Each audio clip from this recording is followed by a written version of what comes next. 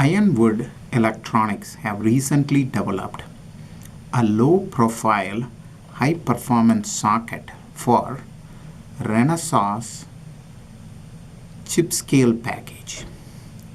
The device is very small, 3 mm by 7 mm rectangular, 78-pin ball grid array device. In order to use it, the device with the A1 corner is placed inside the socket. Then the socket is closed with the snap lid, and that applies the right amount of force from the spring-loaded lid to compress the device onto the interposer, which is the elastomer, to the target board.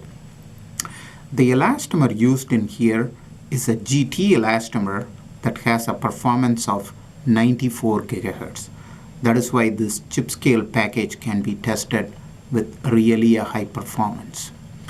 It needs the back plate to support when the force is applied, there is no deformation, and the device is connected 100%.